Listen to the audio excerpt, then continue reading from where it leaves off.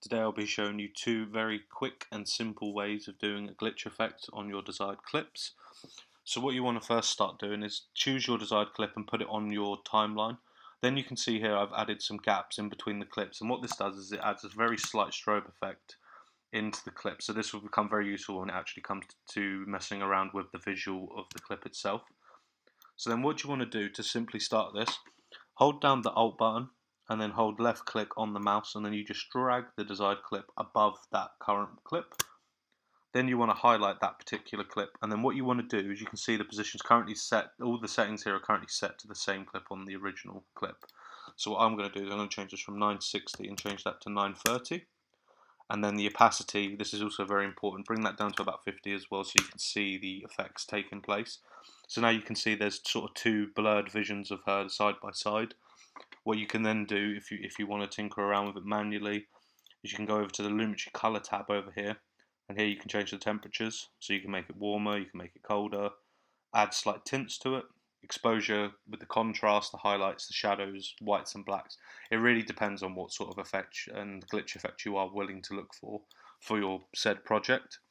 If that's not the way, you don't want to do it in that way, there is another way. There is an effect that you can use. So for example, we'll go to this clip, Alt left click again, drag that clip up top. Then what you need to do is you need to come over to the effects tab, come down to video effects, look for the channel folder, and then look for the arithmetic effect. And then all you do is simply drag that onto your desired clip. Make sure that you press enter on your Premiere just to render the effects onto it. Now what I'm going to do is, if you go over here to the effects controls, you can see arithmetic is down here.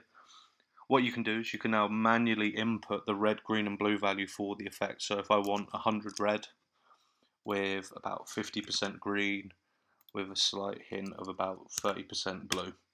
So obviously you can see now that clip's pretty well sort of glitched out, messed out.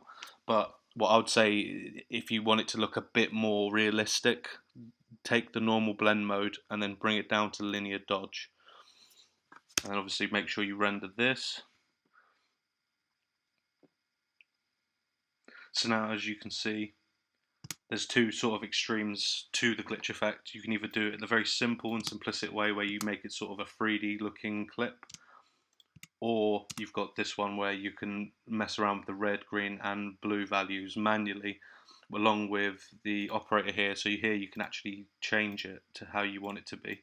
So obviously, like the first time when it was on XOR, that could be a little bit too intense for the clip that you're looking for as a glitch. So then you bring down subtract, it takes away the majority of that glitch, but it does add a bit of color. It still has that bit of vibrance to it.